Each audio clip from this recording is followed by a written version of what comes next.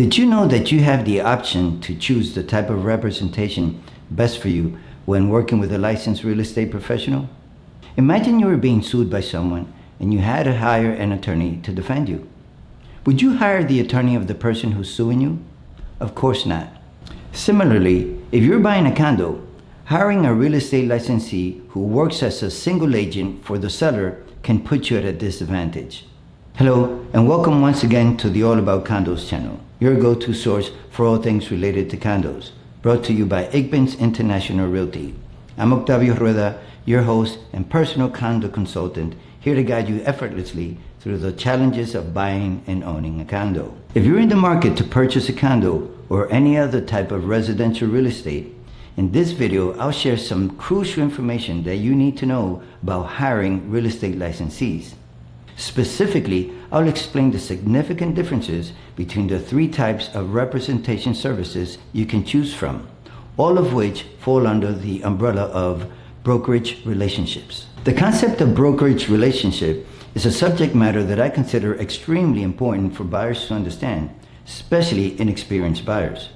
I discussed this topic in my Buying a Condo Like a Pro video, but in this video, I'll go more in depth about the differences and pros and cons of each of these three brokerage relationships, as outlined in the Florida state statute. Before we proceed, please note that when discussing the topic of brokerage relationship, the legal concept of agency comes into play. Therefore, it's important to understand the differences between the common definition of the word agent and the legal concept of agency, as I explained in my Buying Like a Pro video. Since in this tutorial we are taking consideration of a topic that has to do with the legal concept of agency, I'll use the term real estate licensee to differentiate from real estate agents who are working in their capacity for a buyer or seller. With that understanding, let's get started. The moment you hire a real estate licensee to help you find a property to buy or sell, you are in effect entering into an agency relationship with that licensee. An agency relationship is established whether it is in writing or not. In fact, when working with a real estate licensee, even a no relationship is a form of relationship, as I'll show you in a few minutes. Therefore, when working with a real estate licensee, it's important to be clear about the type of agency relationship you have with that licensee. The real estate brokerage relationship and the compensation of brokers are typically regulated by state law. Each state has laws and regulations that govern the real estate brokerages, the services they can provide, and how they can be compensated. Licensed real estate professionals are required to know and comply with the laws in their state. However, since the laws offer limited disclosure requirements from the licensees, it's crucial for consumers to inquire about the relationships. Moving forward, since I'm a Florida licensed real estate broker, for the purposes of this video, I'll refer to the Florida brokerage relationships laws in my overview of the topic. Although these laws vary from state to state, those of you who live in other states can gain valuable insights from the information, as the core concept of the law and its effect on the protections afforded to consumers are likely similar to most other states. In Florida, the Brokers Relationship Disclosure Act establishes three types of brokerage relationships, namely the No Brokerage Relationship, the Transaction Broker Relationship, and the Single Agent Relationship.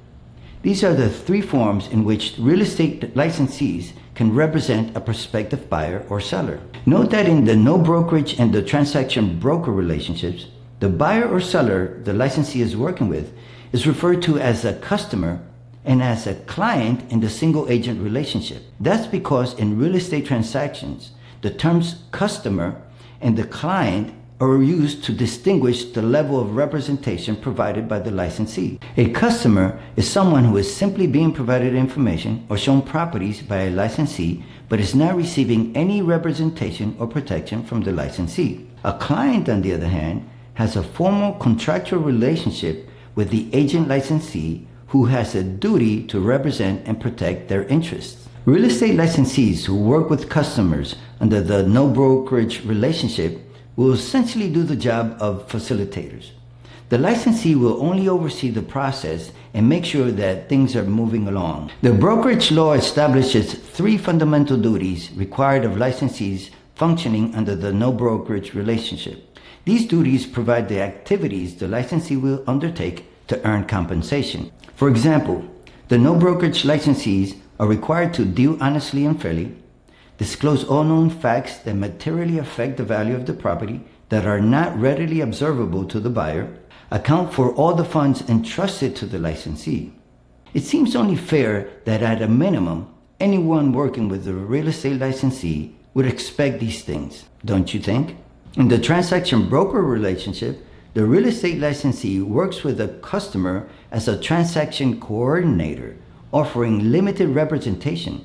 Florida Statute 478 defines it as a transaction broker provides a limited form of representation to a buyer, a seller, or both in a real estate transaction, but does not represent either in a fiduciary capacity or as a single agent. The broker's relationship law establishes 7 duties for the transaction broker licensee, 3 of which are the same for as the no brokerage licensee. These are dealing honestly and fairly, accounting for all funds, using skill, care, and diligence in the transaction, disclosing all known facts that materially affect the value of the real estate property and are not readily observable to the buyer, presenting all offers and counteroffers in a timely manner unless a party has previously directed the licensee otherwise in writing, exercise limited confidentiality unless waived in writing by a party. This limited confidentiality will prevent disclosure that the seller will accept a price less than the asking or listed price,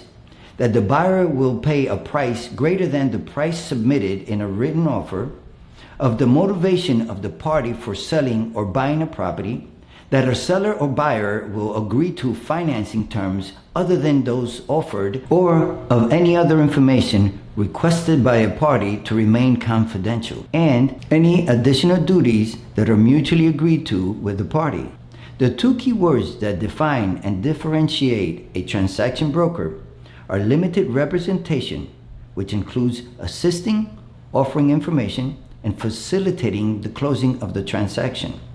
Activities may include web searches, showings, and obtaining and processing required documentation, etc. In Florida, the transaction broker is the default brokerage relationship and does not require a written disclosure as in the case with the other 2 types of relationship. This is an important issue that I will discuss in more detail in the next section. The single agent's role includes a total of 9 duties. The 7 duties of the transaction broker plus the duties of obedience and loyalty.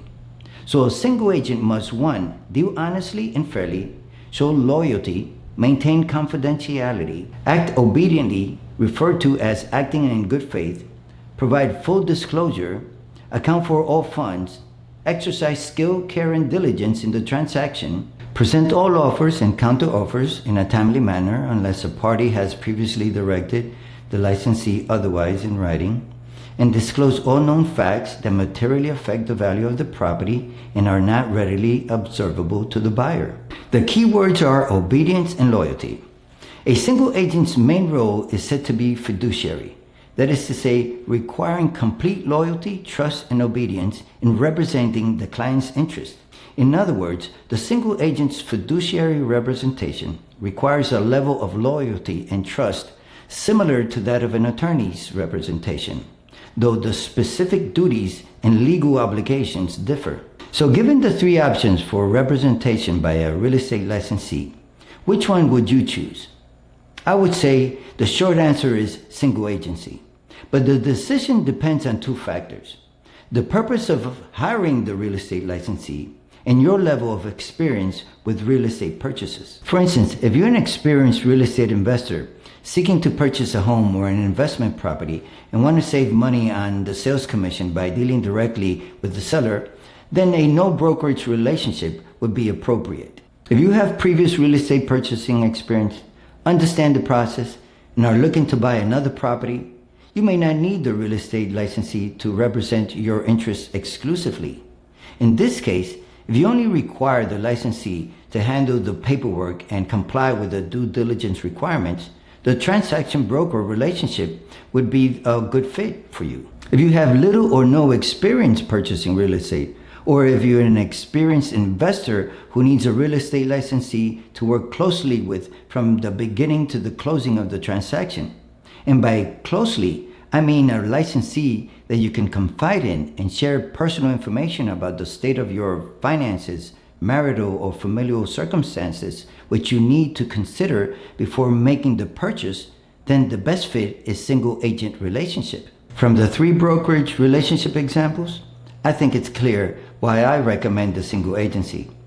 Unless there are special circumstances, everything else being the same, the single agency relationship will yield the best results in a real estate transaction for the buyer, especially when you factor in the duties of obedience and loyalty, which you get at no extra cost. Now that you understand why I recommend the single agency brokerage, I want to share with you why I'm not fully on board with the transaction broker relationship.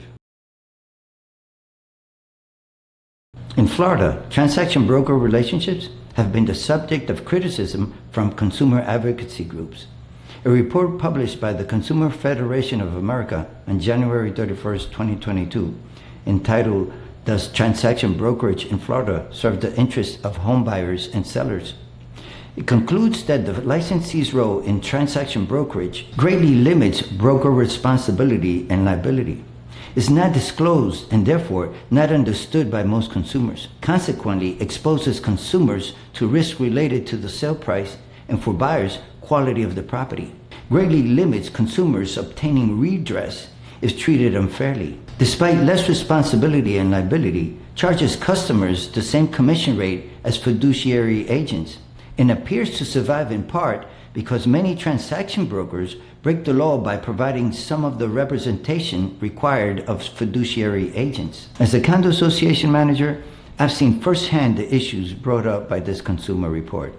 And I have to agree, there are problems with transaction broker relationships. However, it's important to recognize that these problems aren't merely issues with individual real estate licensees. Instead, I believe the problems stem from the misguided attempt by legislators to create a workaround to what is known as dual agency. Dual agency occurs when a real estate licensee acts as an agent for both the buyer and the seller in the same transaction. This practice is illegal in Florida and in most other states, especially if dual agency is not disclosed. However, Florida legislators thought they had solved the inherent problems of dual agency by defining the transaction broker relationship as offering limited representation to both buyers and sellers in the same transaction. This may have been well intended, but it's clear that it hasn't worked out. It has led to conflicts of interest, lack of transparency, and a host of other problems. Take, for example, the disclosure requirements for the single agent, but not for the transaction licensees. I've yet to comprehend the reasoning behind the state legislators mandating that a single agent must review their relationship duties, which a person would reasonably expect when hiring a licensee, while waiving the disclosure requirements for transaction licensees whose duties may not align with a prospective buyer's or seller's expectation of a real estate licensee. It seems to me that the disclosure requirements should be the opposite. Think about it. Imagine going to a dining restaurant. You don't expect the waiter to inform you of their duties, such as, "I will take your order, then take it to the kitchen to be prepared, and then once it's done, I'll bring it out and serve it to you." There's no need for the waiter to explain these duties, as they are already understood and expected. However, if you walk into a restaurant where the waiter won't perform these tasks, you would expect to be informed of this before you even sit at the table. Unless you're walking into a buffet, you would anticipate some form of disclosure, like a sign indicating self-service, or the waiter telling you that it's self-service before you sit down expecting to be served. Don't you agree? The way I see it, the transaction relationship licensee who offers only limited service to its customers should be the one compelled to disclose, not the single agent who offers everything one would expect from a dedicated real estate agent. The problem I see with disclosure, however, is not the only issue with the transaction broker relationship. There are other concerns as well. My biggest pet peeve with transaction brokerage is seeing how many real estate licensees struggle with fulfilling their duty of disclosing all known facts that materially affect the value of property and are not readily observable to the buyer. There are 8 factors that affect the value of a condo, including the structural integrity and condition of the building and amenities, and the financial condition of the association. As a side note, I list the 8 factors in my video entitled Buying Smart, the 8 essential factors that shape a condo's value. Check it out when you have a chance. As we saw in the previous section, the 3 types of brokerage relationships require real estate licensees to disclose all known facts that may impact the value of a property. Unfortunately, the reality is that many do not comply with this requirement, fearing that doing so may hurt their chances of making the sale. Some might argue that real estate licensees are not engineers or accountants, so they are not expected to know the details about the structural integrity of the building or the financial condition of the condo association. However, with a little bit of due diligence, any real estate licensee working with a prospective buyer can request from the seller or the listing agent any available reports about the structural integrity of the building and amenities, as well as accounting statements showing the financial condition of the association. By reviewing the association's engineering inspection reports and financial statements, the licensee can make this information readily available to their customers. This effort not only adheres to their legal obligations, but also serves in the best interest of the prospective buyer, ensuring they're making a safe and sound investment. In my opinion, only a real estate licensee with a no brokerage relationship role conducting a transaction for the first time in a condominium can justify not looking into these 2 factors of value. The duties of care, skill, and diligence in the transaction and single agent brokerage relationships require licensees to assess these factors of value, but it's often not done. I've seen this issue firsthand. A couple of years ago, I came across a pretty bad situation at a high-rise condominium I started managing in Hollywood, Florida. After reviewing the finances the first week I was there, I found out that the condominium had some serious financial problems. The association, with a $2 million budget, was on its 3rd consecutive year operating with increasing deficits. In 2019, the deficit was 10% of the budget, $216,000. In 2020, it was 17%, $353,000. And in 2021, the deficit was a whopping 30% of the budget, $614,000. Since the real estate market crash in 2008, I had not seen anything like it. And it was not only the condo finances that were a mess, but also the building's exterior walls and windowsills were in need of major, and I'm talking major, concrete restoration. On a rainy day, it rained as much in some units as it did outside. I estimated the cost of the repair to be about $4 to $6 million to do the concrete restoration and replace the windowsills. And in addition to that, the main electrical system needed to be replaced to the tune of about $2 million. And to top it off, the association had 0 reserves. However, although that's no way to operate a condo association, what I found most troubling is that real estate licensees sold units in their building regularly at market value, which was on average $500,000. I don't believe any reasonable person would knowingly pay the asking price for a unit in a condominium with that many issues. And I know for sure that the licensees knew of the association's problems with the finances and the building exterior walls, because a couple of them were board members privy to all the engineering and financial information about the building and the association. And I often wondered if the licensees disclosed the financial and structural problems within the condominium to their customers and clients. I don't know if they did, but personally, I wouldn't advise buying a unit in a condominium under those circumstances unless the sale price reflected the problems in the condominium, thereby selling at less than market value. Oh, and by the way, I resigned as a manager 90 days later. And if that situation at the Hollywood condo wasn't bad, the worst case of all was what happened in the Chamberlain Towers months before the terrible collapse. I did some research on the sales and rental activities at the South Tower within that period of time, and I found that the real estate licensees were actively and successfully selling condos in the South Tower before it collapsed in June 24th, 2021. And to my dismay, I found that numerous listings portrayed the building as well maintained, which could lead one to believe or give the impression that the building was in good condition and had no problems, which we obviously now know that this was not the case. The contradiction between these descriptions and the tragic event that unfolded is certainly a matter of concern. I will be discussing this in a separate video because of the gravity and seriousness of the situation. It was a heartbreaking and horrific situation. Since the Chaplin's South Tower engineering inspection reports were readily available, and there were several board meetings held to discuss this issue, there's no question that real estate licensees representing buyers a year or two before the South Tower collapse fell short of executing their duty to disclose all known facts that materially affect the value of the property and are not readily observable by the buyer. Taking into consideration that the transaction broker relationship is the default role of a licensee here in Florida, I'm certain buyers were working with transaction licensees.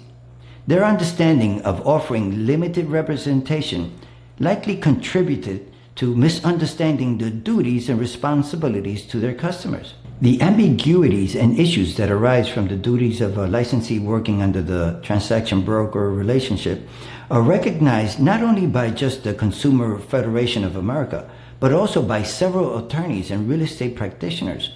Many have written articles about the problem as well. As a real estate professional myself, I'm not throwing every real estate licensee under the bus. Hey, I'm a licensee too. However, the reality is that not every real estate licensee performs their duties as required. It may be due to a lack of knowledge or a convenient disregard for certain parts of the duties required under the brokerage relationship laws. Regardless, it is the responsibility of every licensee to be knowledgeable of their duties, inform their clients of these duties, and perform them to the best of their ability.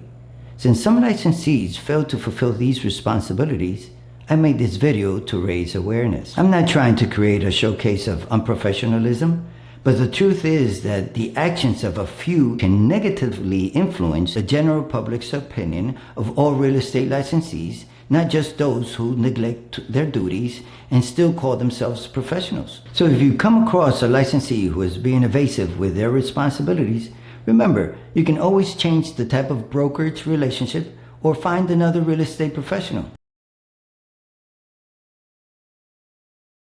Considering what we've discussed, it's quite clear that if you had to choose from one of the three relationships to be represented by a real estate licensee, the single agency should be your choice, assuming all other factors are the same.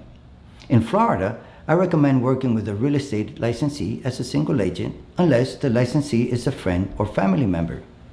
If you're a prospective buyer, consider working with an agent under the exclusive buyer agreement. Briefly, an exclusive buyer agreement is a contract between a real estate buyer and a broker, a licensee, where the buyer agrees to work exclusively with the broker for a certain period of time in finding a property to purchase.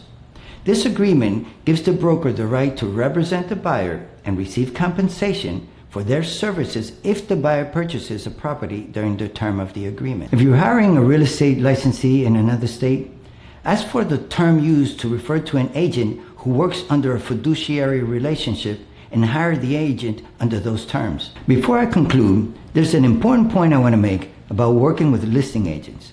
Since the seller pays the listing agent's sales commission, listing agents work with sellers under an exclusive listing agreement, which means that the listing agents are single agents of the seller and thus owe their full loyalty and confidence to the seller, not the buyer. Note that in the case where the seller is a developer, since the developer hires the real estate licensee, the real estate licensee is a single agent of the developer, as in the case when a real estate licensee works from the showroom of a condo development.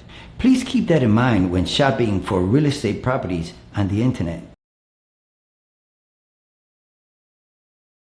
In summary, understanding the complexities of real estate brokerage relationships especially for first-time homebuyers, is essential. As we've explored in this tutorial, your choice of representation is not merely a contractual detail. It's a strategic decision that can greatly impact the success of your real estate transaction. The real estate market is ever-changing, and having a professional who is attuned to these changes and committed to your success can make the difference between a smooth transaction and a stressful ordeal.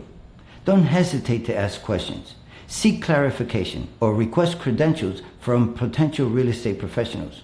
After all, this is one of the most significant financial decisions you may make in your lifetime. Remember that the law provides you with options, and understanding these options empowers you to make choices that align with your goals and protect your interests.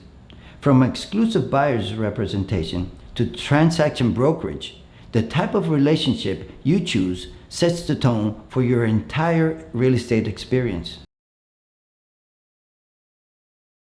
In closing, we hope that this tutorial has shed light on the importance of brokerage relationships and it has equipped you with the knowledge you need to approach your next real estate transaction with confidence and clarity.